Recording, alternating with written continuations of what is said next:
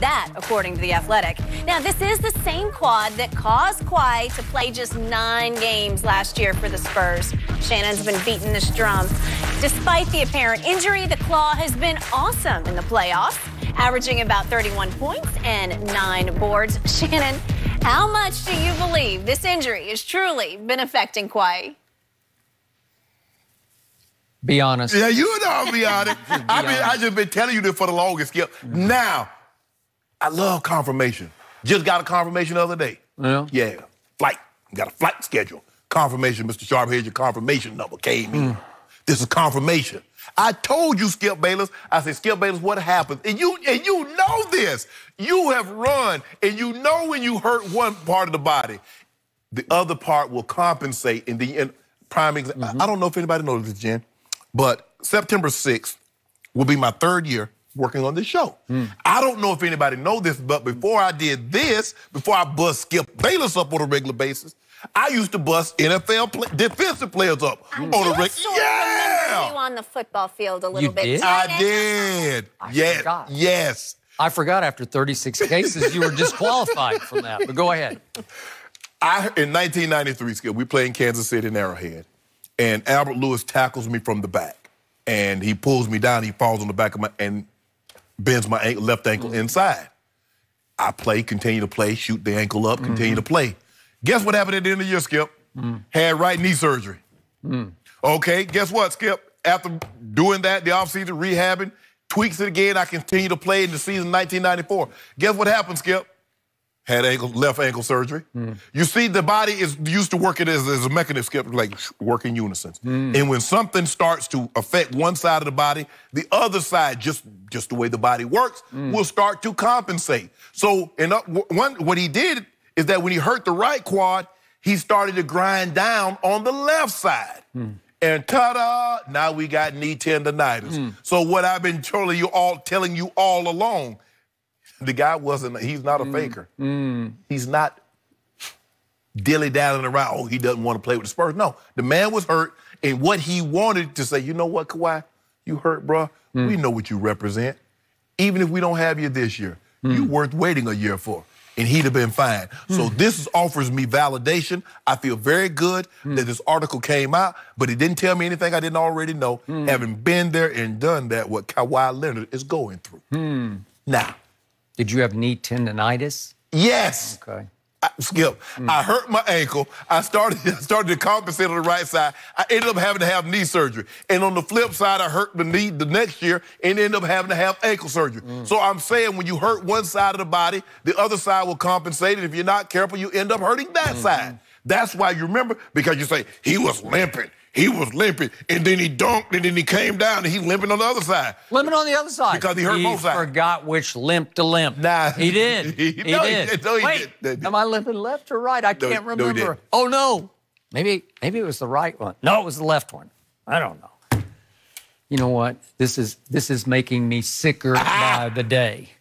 And, yeah, I've run a lot in my life, and I know all about achy knees because mine ache every day and every night, and I ice my knees religiously every single night. You can ask Ernestine. I never miss a night. Whatever game is on, I just put 2 ice packs on my knees because I couldn't make it without it because they're just tendonitis-y because I've had 2 surgeries on one and one on the other, and I still run way too much. Yeah.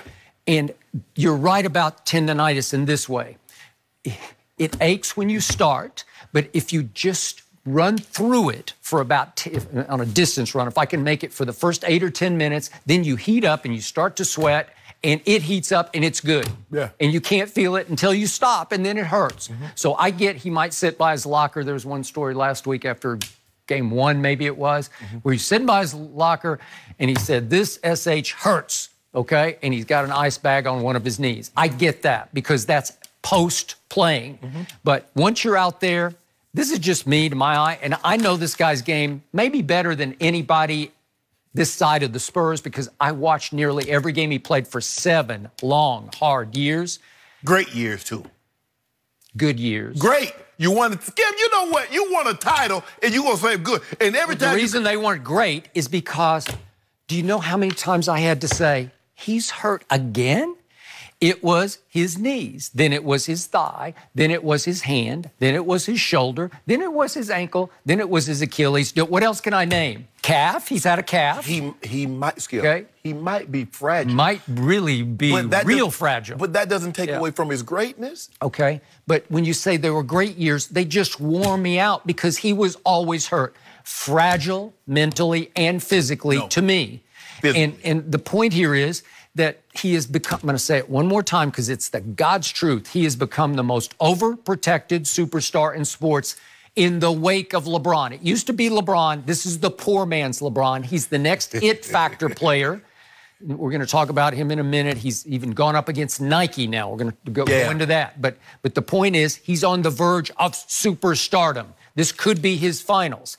And yet, he knows deep down he needs an excuse because he's not the mentally toughest guy. It's why down the stretch of Game 2 the other night, I told you he's getting a pass for it. And the reason he's getting a pass is that nobody wants to acknowledge it because everybody had crowned him already. So what happened down the stretch over the last 8 minutes?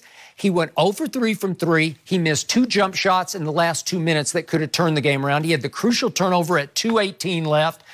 And he got away with 2 controversial call plays. One that in the last 2-minute report, the DeMarcus Cousins, DeMarcus clean swiped from him. He just stole the ball from him. And they called a foul that they shouldn't have called, according to the last 2-minute report. And Steph threw the ball up in the rafters and got a tech. So there are 3 free throws there. And then he charged into Draymond. Okay, he did. He made all his free throws for the whole game. That was great. But he charged into Draymond and just elbowed him out of the way. Just elbow right to the chest. And then he elbowed Bogut and got away with that. And he is... And one, too. Okay, he and one did after he came down and walked. No, he did. Then he throws it up off the... Well, he did. Okay, so they protect him too, I guess. No, so those are 6 points in the fourth quarter. But then on the key play of the game, the claw does not react quickly enough to a pick-6 pass lobbed up in the air by Steph Curry, and that was the game. Which proves my point.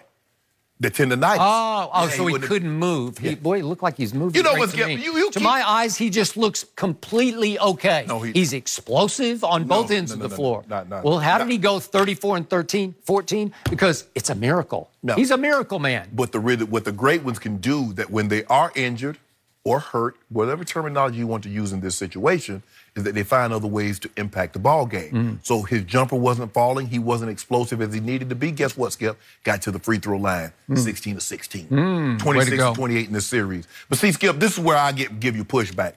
I'm a guy that believes that if a guy can leave an impoverished situation and scale the heights, you got to be mentally tough. It's the mentally fragile ones that can't.